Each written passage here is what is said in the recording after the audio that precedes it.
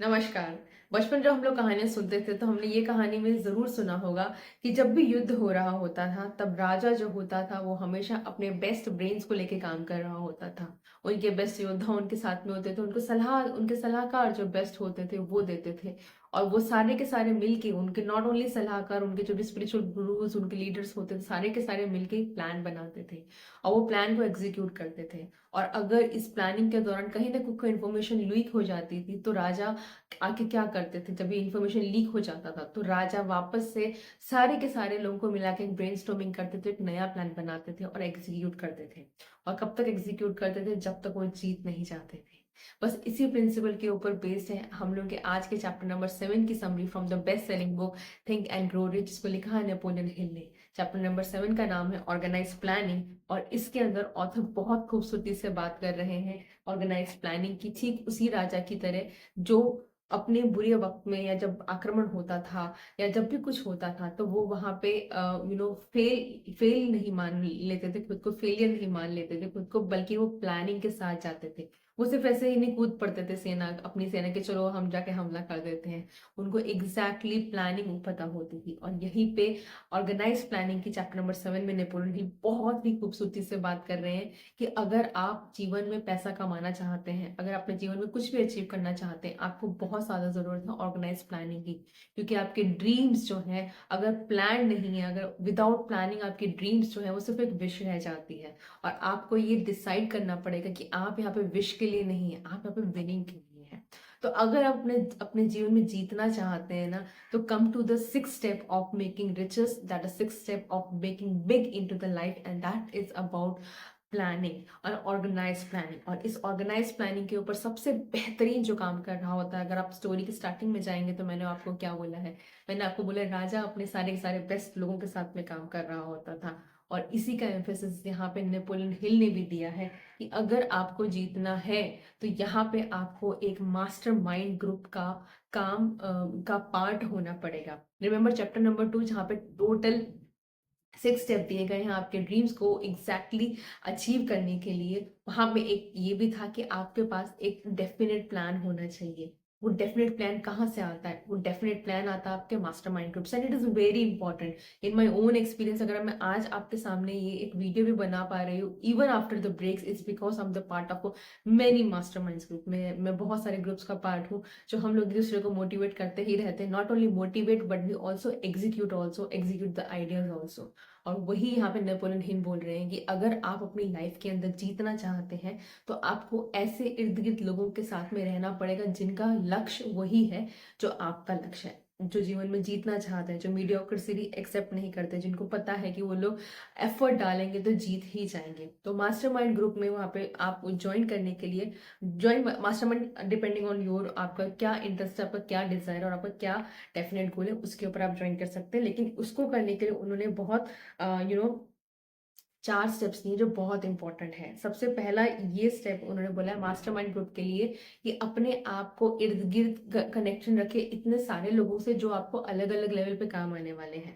अलग अलग लेवल पे काम आने मतलब नॉट ओनली सिर्फ प्लानिंग में बट इसके एग्जीक्यूशन में, आपके सेल्स में, आपकी मार्केटिंग के अंदर, आपके प्लानिंग के अंदर, आपके ऑपरेशंस के अंदर, आपकी अकाउंटिंग के अंदर। These are all the mastermind groups he is talking all about, right? Remember Henry Ford की अगर आपको कहानी याद होगी, जब उनको जब कोर्ट में, मैंने वीडियो बनाई, मैं सारे वीडियो टैग कर दूंगी, जब उनको कोर्ट में लाया जाता है तो वो ये बोलते हैं कि मैं एक बटन दबाऊंगा ना, मेरे पास सारी इन्फॉर्मेशन आ जाएंगी, मैं लेफ्ट बटन दबाऊंगा मेरे पास सारे के सारे लॉयर्स आ जाएंगे। आपको लगता है कि मुझे अपना माइंड ऐसी नॉलेज से डालना चाहिए जिसका मतलब मैं आउटपुट कुछ नहीं दे सकता हूँ। तो because Henry Ford was the part of the mastermind groups, तो नंबर 1 स्टेप बोल रहे हैं मास्टरमाइंड ग्रुप में आपकी क्या क्वालिटीज होनी चाहिए। पहली बात तो अपने इर्द गिर्द ऐसे लोगों से सराउंड करके रखिए जो आपके लक्ष्य की तरफ बढ़ रहे हैं, बिकॉज जब आप रुक जाएंगे ना वो आपको कैरी फॉरवर्ड करके आगे लेके जाएंगे। Number second thing, be very very clear about it, it is absolutely very true also.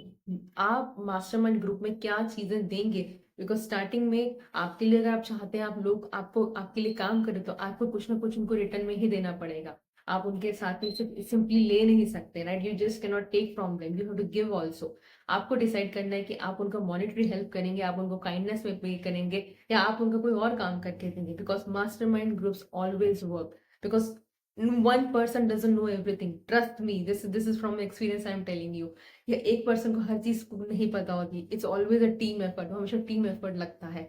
किसी का कुछ एक्सपर्टीज होता है, किसी का कुछ एक्सपर्टीज होता है. जब आप अपनी एक्सपर्टीज देते हैं, सामने वाला भी अपनी एक्सपर्टीज देता है. That's how it works. Number 3, यहाँ पे जो बोल रहा है वो बोल रहे हैं कि अपने मास्टरमाइंड ग्रुप से मिनिमम वीक में 2 बार मिलिए. उससे ज़्यादा ही मिल सकते हैं, लेकिन 2 बार मिलके एकदम ब्रेनस्टॉर्मिंग जरूर कीजिए कि कहाँ है, क्या है, किधर जाना है, किस प्रकार से आगे जाना है. नंबर 4 स्टेप जो बोले, it's very important that you have to maintain a perfect harmony. Trust me, जब मास्टरमाइंड ग्रुप में आप ज्वाइन करते हैं तो वहाँ पे मोस्ट ऑफ द लोग जो होते हैं, they are very clear with the ideas, they are clear with their definite purpose, they are clear with what they want to do. और वहां पे आपको परफेक्ट हार्मनी बना के रखनी पड़ेगी. हर कोई आपके विचारों से सहमत हो ऐसा नहीं होगा. तो आपको इतनी ओपननेस के साथ में जाना है कि सामने वाले का विचार जो है या सामने वाले की जो राय है वो भी उतनी ही अच्छी है जितना मेरे आइडिया अच्छा है, जितना मेरी सोच अच्छी है. And the fifth most important point जहाँ पे बोलने कि आपको हार्मनी मेंटेन करना आना चाहिए. Reason is that these all the points will lead up to you becoming the best leader in your company. जब अपनी कंपनी खोलेंगे, अपना खुद का बिजनेस स्टार्ट करेंगे, यही पॉइंट्स आपको वहां पे भी अप्लाई करने पड़ेंगे. When you will become the CEO, तो at that particular time you need to have that openness, just like the raja, कि यस, मेरे जो सैनिक हैं या जो मेरे जो योद्धा हैं या जो मेरे जो स्पिरिचुअल लीडर्स हैं या जो मेरे ब्रेनस्टॉर्मर्स हैं, उनके विचार भी उतने ही इंपॉर्टेंट है ये एग्जीक्यूट करने के लिए प्लान, जितने कि मेरे इंपॉर्टेंट है. तो मास्टरमाइंड ग्रुप की बहुत इंपॉर्टेंट बात की जा रही है इस चैप्टर के अंदर नेपोलियन हिल ने. और ये बहुत इंपॉर्टेंट चैप्टर है इस बुक का, and it is one of the longest also. 40 page का चैप्टर है. तो इसके अंदर नेपोलियन हिल ने जो मेन इंपॉर्टेंट बात की मैं आपको बता देती हूँ. और बहुत सारे इन्होंने बाकी चैप्टर लीड करता है. तो लीडरशिप की क्वालिटीज क्या होनी चाहिए, लीडरशिप की क्वालिटीज क्या नहीं होनी चाहिए, किस प्रकार की अपनी टीम डेवलप करनी चाहिए, आपकी सेल्स टीम कैसी होनी चाहिए, आपकी मार्केटिंग टीम्स कैसी होनी चाहिए, ऑपरेशंस कैसे होने चाहिए, एम्प्लॉय को क्या देख के हायर किया जाएगा, एम्प्लॉयज की तरफ एप्लीकेशन कैसी दी जाएंगी. Lot of a detail, it deals with lot of a detail as a CEO, if you are the CEO of your life. So it's a must chapter अगर आप you are dealing with a business and you are just struggling to find it out where to find the hold. So now coming to the beautiful lines in this chapter. यहाँ पे बहुत important बात उन्होंने कही है कि अगर आपका प्लान जो होता है वो फेल हो जाता है ना, तो वो आपकी टेम्परेरी डिफीट है. उसको मत मान के मत चलिए कि you are a failure. It's just your plan doesn't work. सिर्फ आपका प्लान काम नहीं किया, आपका प्लान ए काम नहीं किया. For make work towards plan B. यहाँ पे बोल रहे हैं कि बहुत सारे लोग ना हार इसलिए मान जाते हैं लाइफ में, लोग इसलिए बड़ा नहीं अचीव कर पाते हैं बिकॉज उनको लगता है मैंने एक प्लान एग्जीक्यूट किया. पहली बात तो अकेले कर रहे होते हैं. अब अकेले जब कर रहे होते हैं वो फेल हो जाते हैं, उनको लगता है हाय मैं तो फेल हूँ, चार लोग क्या कहेंगे, आगे कैसे चलना है. इसीलिए मास्टरमाइंड ग्रुप का होना बहुत जरूरी है, क्योंकि उस प्लान को वापस से फिक्स करके और रन कैसे करना है, उसको सक्सेसफुल कैसे करना है, that's the part of the mastermind group. तो यहाँ पे वो ये बोल रहे हैं कि अपनी टेम्परेरी डिफीट से कभी भी हार मत माने, क्योंकि थॉमस अल्वा एडिसन 1000 बार फेल हुए थे वो बल्ब का आविष्कार करने से पहले. और उन्होंने ये नहीं बोला था कि मैं 1000 बार फेल हुआ, उन्होंने ये बोला था कि मेरे को 1000 तरीके पता है कि किस तरीके से ये प्लान काम नहीं करेगा. So have that much level of confidence, वहाँ पे बोल रहे हैं. और एक और बहुत खूबसूरती से उन्होंने ये बोल रहा है कि no man is ever whipped until he quits in his own mind. जब तक इंसान अपने दिमाग में नहीं हारता है ना, तब तक वो कभी भी नहीं हारता है. और एक ये भी है कि जो क्विटर है, जो क्विट कर देता है, वो कभी भी जीतता नहीं, और जो जीतता है ना वो कभी क्विट नहीं करता है. बहुत ब्यूटीफुल पावरफुल लाइन्स हैं इन्होंने जो बोली है. एंड ऑफ कोर्स उसके बाद यहाँ पे मेजर एट्रीब्यूट्स दिए हैं उन्होंने. हम लोग को 11 क्वालिटीज बताई हैं एक लीडरशिप की. एक लीडर में क्या क्वालिटीज होनी चाहिए ये बताया है. और अगर आप लीडर की पोजीशन पे हैं और आप फेल हो रहे हैं, तो ऐसी 10 ऐसी कौन सी चीजें हैं शायद जो अपनी लीडरशिप में आप मिस कर रहे हैं, जिसके कारण आपको फेलियर मिल रहा है, अपनी ऑर्गेनाइजेशन स्मूथ नहीं चल रही है, लोग आपकी बात नहीं मान रहे हैं, ऑन दैट नोट आपका प्लान काम नहीं कर रहा है. तो वहाँ पे उन्होंने वो क्वालिटीज भी बताई है. और अगेन विद डिटेल चैप्टर, यहाँ पे हर एक का रोल डिफाइन किया गया, किस प्रकार से आप उनसे मिलेंगे, किस प्रकार से आप उनको अपनी मास्टरमाइंड ग्रुप में लेंगे या उनसे आपका ब्रेनस्टॉर्मिंग करेंगे, उसके बारे में ये है. एंड इसके अलावा एक बहुत अच्छी चीज़ जो मुझे लगी है, एक उन्होंने बोला QQS रेटिंग जो है, ये विद रिस्पेक्ट टू आपकी सर्विसेज से है, कि आप अल्टीमेटली आपको ये पता चल गया कि आपको एक डेफिनेट पर्पस चाहिए, एक डेफिनेट प्लान चाहिए, और आपको एक एग्जीक्यूशन चाहिए, एक सर्विस प्रोवाइड करनी है जिसके बदले में लोग आपको पैसा देंगे, राइट? तो उन्होंने बोला है एक QQS रेटिंग करके उन्होंने बोला है, जो बहुत ही खूबसूरत है। मैंने भी पहली बार जब ये बुक पढ़ी तभी मुझे पता चला, and which of course which was a part of the programs I attend, but यहाँ पे ये इसका था, वो मुझे आज पता चला। तो it was QQS stands for quality, quantity and spirit. ये बहुत क्लियरली अपने दिमाग में रखिए। ये आप जो भी आप अपना आपका जो भी प्लानिंग चल रहा है, अपने जो भी सर्विसेज दे रहे हैं, उसमें आपको क्वालिटी मेंटेन करनी ही पड़ेगी। You have to be very clear about आपको कितनी क्वालिटी देनी है। क्वालिटी हम हर बार हमेशा टॉप रोल पे होगी। क्वांटिटी आपको बहुत क्लियर आइडिया होना चाहिए कि आप कितना डिलीवर करेंगे, जितना डिमांड। फॉर एग्जांपल, अगर आप यूट्यूब वीडियोस बना रहे हैं, आप कितनी वीडियोस बनाएंगे, आप महीने के कितने वीडियोस बनाएंगे, कितने टाइम पे आप उसको अपलोड करेंगे, और कितने आप शॉर्ट्स बनाएंगे, किस टॉपिक पे बनाएंगे, कौन कौन से टॉपिक कवर करेंगे, कौन कौन से निश कवर अप करेंगे। This is with respect to, because I am making a YouTube video. But on that note, अगर आप कुछ और काम कर रहे हैं, फॉर एग्जाम्पल अगर सोशल मीडिया के लिए काम कर रहे हैं, तो आप ये देखिएगा कि आप यहाँ पे कितने कितने सोशल मीडिया पोस्ट बनाएंगे। तो it totally depend, I really don't know. अगर आपको कोई हेल्प चाहिए तो मुझे कमेंट सेक्शन में जरूर लिख के बताइएगा, मैं QQS के हिसाब से बता पाऊंगी कौन कौन से स्टेप्स आप प्लानिंग आप कर सकते हैं। तो यहाँ पे बोल रहे हैं क्वालिटी, आपको क्वालिटी मेंटेन करनी है, आपको क्वांटिटी करनी है। The third important step is spirit. आपको वो स्पिरिट भी मेंटेन करके रखनी है, आपको प्यार से भी सर्व करना है। आपको चाहे भले ही वहां पे रिव्यूज क्या आ रहे हो, लाइक्स आ रहे हो, नहीं आ रहे हो, व्यूज आ रहे हो, नहीं आ रहे हो, कोई प्रोडक्ट ले रहा हो या नहीं ले रहा हो, but you have to serve with almost the best of the spirit, because now you know it is, you are not serving to the customer or the client, you are serving to the universe. तो आपको वो हम लोग वो energy आपको हमेशा डालनी पड़ेगी अपने प्रोडक्ट के अंदर, वो एनर्जी आपको हमेशा देनी पड़ेगी, whatever the product you are giving to the market. And whenever you are maintaining your QQS, जब भी आप QQS मेंटेन करके रखेंगे ना, तो आपको हमेशा जीत मिलने ही वाली है। तो this is what the base in this chapter which has been covered. इसके अलावा उन्होंने 30 ऐसे प्रिंसिपल्स दिए हैं जिसके कारण लोग फेल हो जाते हैं। एंड क्योंकि वीडियो बहुत लंबा जा रहा है तो मैं 30 रीड नहीं कर पाऊंगी, लेकिन एकदम शॉर्ट में पढ़ देती हूँ। 30 रीजन जिसके कारण मेजर फेलियर होता है। आप डिसाइड कर लीजिएगा आप कहाँ पे फॉल कर रहे हैं। कई लोगों को लगता है कि हाय मैं तो गरीब ही हूँ, या मैं एक मीडियोकर फैमिली में हूँ, या मैं रिच फैमिली में नहीं हूँ। This is one of the reason जो फेलियर का होता है। सेकेंड जो बता रहे हैं, एक वेल डिफाइंड पर्पस नहीं होता है, उनके अंदर एक एम्बिशन नहीं होती है कि वो मीडियोकर लाइफ से निकल के एक अच्छी लाइफ जिए। उनके पास एजुकेशन नहीं होती। Education is not the degree, he is talking about the skills. उनके पास एफिशिएंट स्किल्स नहीं होते, और बिलीव इन स्किल्स के लिए आपको एजुकेशन की जरूरत नहीं पड़ती। आपको जो स्किल चाहिए है, आप उसकी जाइए, सीखिए, एक्सपीरियंस लीजिए, हैंड्स ऑन लीजिए, प्रैक्टिकल लीजिए, थ्योरेटिकल लीजिए, एंड देन अप्लाइड इट। तो यहाँ पे स्किल्स की बात कर रहे हैं। उनके अंदर सेल्फ डिसिप्लिन नहीं होता है। आप इमोशनली बहुत जल्दी कैरी फॉरवर्ड हो जाएंगे, या किसी कुछ काम हो तो इधर उधर चले जाएंगे। सेल्फ डिसिप्लिन नहीं है। इल हेल्थ, डेफिनेटली हेल्थ आपकी सुप्रीम होनी चाहिए, तभी रह के आप कुछ आउटपुट दे पाएंगे। और इन्वायरमेंटल इन्फ्लुएंस, डेफिनेटली अगर आपका इन्वायरमेंट सपोर्टिव नहीं, जहाँ पे आपको हर बार एक डाइवर्जन मिल जाता है, तो that is also cause of the failure. Procrastination की अगर आपको हैबिट, आपको पता है कि वो इंपॉर्टेंट है, लेकिन आप इसलिए नहीं कर रहे क्योंकि आपको फियर ऑफ फेलियर है। Believe me, majority of the people don't take the steps because they have the fear of failure. It has nothing to do कि they can not do, but it's about all the failure, the fear which is going into their mind.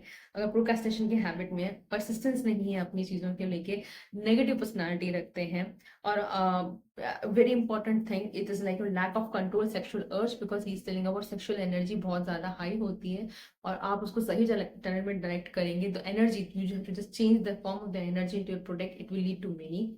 आपकी uncontrol desire है for something और nothing, आपको लगता है हाँ ठीक है चल ही रहा है, जो है बढ़िया ही है, उसमें चलता है। आप डिसीजंस के पावर नहीं ले पाते हैं, और ऑफकोर्स आपको फियर के बहुत ज़्यादा आप घिरे हुए हैं, फियर से बहुत ज़्यादा हुए हैं। अगर आपका मैरिज है नहीं है, आपको आपको because these are all the factor, because it affects you ultimately, आपकी प्रोडक्टिविटी अफेक्ट करते हैं। अगर आपने गलत डिसीजन ले लिया है एक पार्टनर के साथ, अपने रिलेशनशिप बेहतर नहीं बना पा रहे क्योंकि आपका सारा टाइम वो रिलेशनशिप को सुधारने में जा रहा है, then your service of the products, right.